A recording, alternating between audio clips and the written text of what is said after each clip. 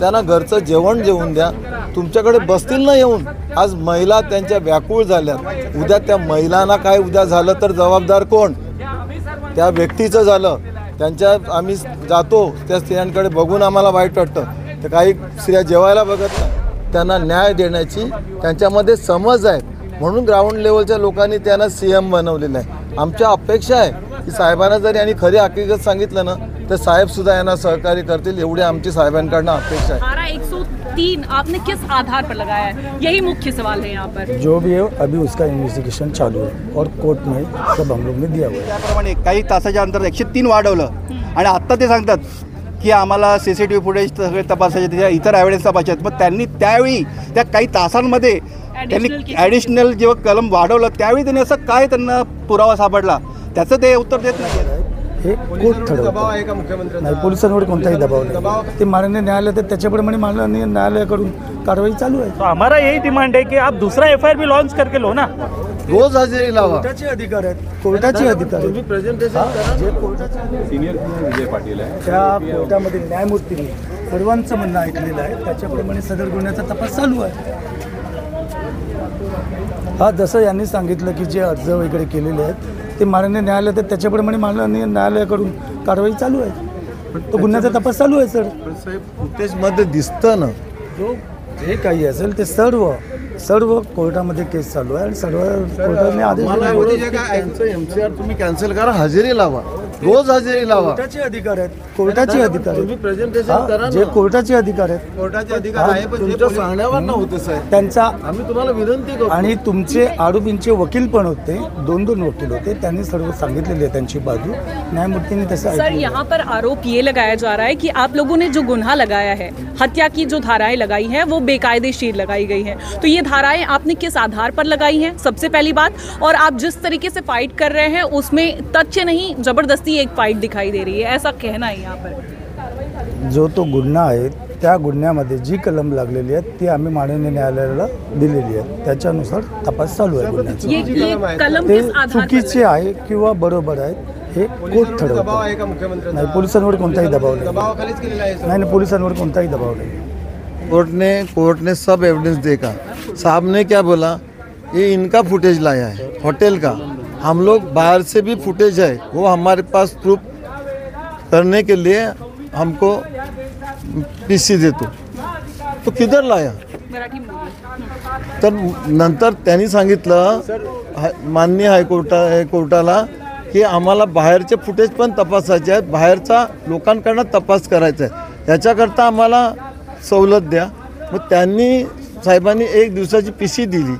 आता फुटेज जर त्यांना दिसले असते तर दुसऱ्या दिवशी हजर करायला पाहिजेत ना. त्या लोकांना आतमध्ये अडकवणं आम्हाला तरी योग्य वाटत नाही. आमचं एक मत, तुमचा तपास चालू ठेवा, आम्ही तुम्हाला सहकार्य पण करायला तयार आहोत, पण त्यांना जामीन द्या, त्यांना पाहिजे तर हजेरी लावा. ते रोज तुम्हाला सहकार्य करायला तिथे जेवढं कोर्ट 30 दिवसाची देतील, 20 दिवसाची देतील तेवढ्या दिवस ते हजर होतील. तुम्हाला जे काय तुमच्या एव्हिडन्सला सहकार्य करतील एवढी आम्ही त्यांच्या वतीने आमचे वसईकर आम्ही हमी देतो. पण त्यांना आतमध्ये ठेवणं चुकीचं आहे. त्यांचा MCR कॅन्सल करून बस त्यांना घरात आणून द्यावं. चार्जशीट सादर करणार आहे. मला असं वाटतं त्या चार्जशीट नंतर मला असं वाटतं जसं साहेबांनी सांगितलं की आम्हाला सगळे एव्हिडन्स तपासायचे आहेत, फुटेज आम्हाला तपासायचे आहेत. मग जर त्यांनी FIR लॉन्च केला होता, आकस्मिक मृत्यूची नोंद केली होती, मग काही तासाच्या अंतरात त्यांनी ॲडिशनल 103 जो दाखल केला तो कोणत्या आधारे, की त्यांना असा काय पुरावा सापडला की त्यांनी 103चा जो कलम आहे ते वाढवलं, ह्याचं उत्तर त्यांनी पहिल्यांदा आम्हाला द्यावं. कारण की ज्या पद्धतीने ते सांगतात की त्यांनी ज्याप्रमाणे काही तासाच्या अंतरात 103 वाढवलं आणि आत्ता ते सांगतात की आम्हाला CCTV फुटेज सगळे तपासायचे, त्याच्या इतर एव्हिडन्स तपासायचे आहेत. मग त्यांनी त्यावेळी त्या काही तासांमध्ये त्यांनी ॲडिशनल जेव्हा कलम वाढवलं त्यावेळी त्यांनी असं काय त्यांना पुरावा सापडला त्याचं ते उत्तर देत नाही आहेत. सर, क्या आपके पास इसका जवाब है? क्या धारा 103 आपने किस आधार पर लगाया है, यही मुख्य सवाल है यहाँ पर. जो भी है अभी उसका इन्वेस्टिगेशन चालू है और कोर्ट में सब हम लोग ने दिया हुआ है पेपर.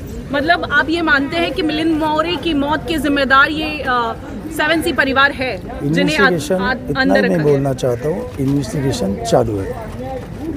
तो मैडम क्रॉस केस क्यों नहीं लेती? उसको मारने का तो एविडेंस दिखता है, वो मर गया। त्यांनी कोर्टात अर्ज दाखल केलेला आहे हां. त्या व्यक्तीने, त्या रिक्षावाल्याने, की मला एवढी मारहाण झालेली आहे, माझा FIR पोलीस लॉन्च करत नाही आहेत आणि अजूनसुद्धा तो FIR लॉन्च झालेला नाही आहे. का पोलीस त्याचा FIR लॉन्च करत नाही आहेत? त्याचा पण तपास करायला पाहिजे ना. आमची विनंती आहे, त्यांनी त्यांचा पण FIR घ्यावा. सी परिवार का सर्व आप FIR गोष्टींचा तपास पूर्णपणे चालू आहे. FIR घ्या. सर्व गोष्टींचा पूर्णपणे तपास चालू आहे. मी एवढंच बोलू इच्छितो. 7C परिवार की FIR आपने क्यों नहीं दर्ज की? जे ज्यांनी आहे ते त्यांनी आत्ताच म्हटलेलं आहे की कोर्टामध्ये तक्रार मांडलेली आहे, त्याच्याप्रमाणे इन्व्हेस्टिगेशन चालू आहे. देखिए उन्होंने अभी क्या कहा कि फंडामेंटल राइट्स है, तो एक का फंडामेंटल राइट्स उनको पता चला ना कि उनके ऊपर अत्याचार हुआ, उनका कुछ डेथ हुआ, तो उनका FIR उन्होंने ले लिया, बराबर है ना. तो दूसरी जो फैमिली है वो भी तो फुटेज में दिख रहा है, उसको भी मारहान हो रहा है ना. एग्जैक्टली. तो उसका भी फंडामेंटल राइट्स है ना, उसके बिहाफ से भी एक FIR लॉन्च होना ज़रूरी है ना. तो एक तरफा ही न्याय क्यों कर रही है पुलिस? ये पुलिस का काम है ना. मैजिस्ट्रेट के पास तो बाद में गया केस. तो हमारा यही डिमांड है कि आप दूसरा FIR भी लॉन्च करके लो ना. इतना ही हमारा कहना. वो क्यों नहीं कर रहे? ऐसे करो, हम लोग बोलते नहीं, इसका तपास करके फिर कलम बढ़ाओ. अरे मगर ले लो ना, वो लेते ही नहीं. उसका तपास चालू है. तपास का चालू है? मारने का फुटेज में दिख रहा है, उसको बेरहमी से मार रहा है. मार के वो गाड़ी पे जाकर आराम से खड़ा रहे. आपको मार लगेगी तो आप ऐसे खड़े रहेंगे क्या? आराम से चांद तारे देखने को. फिर हाँ, मान लें इधर दुखता है तो इधर हाथ लगाएंगे, इधर मारा है तो इधर हाथ लगाएंगे, होएगा कि नहीं? वो आराम से खड़ा है, नहीं होना चाहिए. और वो गिर गया है बेचारा. हम लोग उसके दुख में सहभागी हैं. हमको ये घटना घड़ी हमको बिल्कुल अच्छी नहीं लगती है, मगर इनका क्या मिस्टेक है? अगर वो गाड़ी में बैठा और आधे रास्ते में अगर गिर जाता तो क्या बोलते?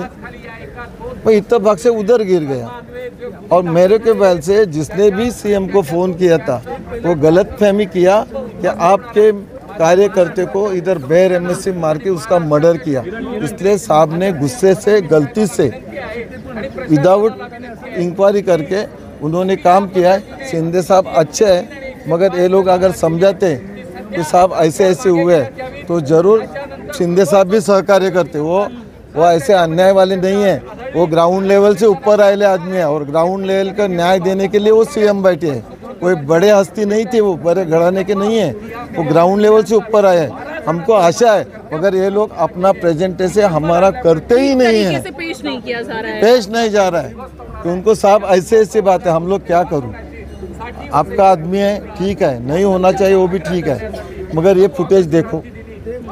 आप हमको सहकार्य करो. करेंगे ना, नहीं करेंगे तो फिर देखेंगे. 2 महीना बाकी है, और क्या बाकी है? मराठीतला अर्थ त्या कलेक्टर साहेबाला आणि आयुक्त साहेबांना कळत नाही. हे हुकुमशाहीच्या दडपणाखाली इथे प्रशासन चालवतात, ह्याचा आम्ही निषेध करतो.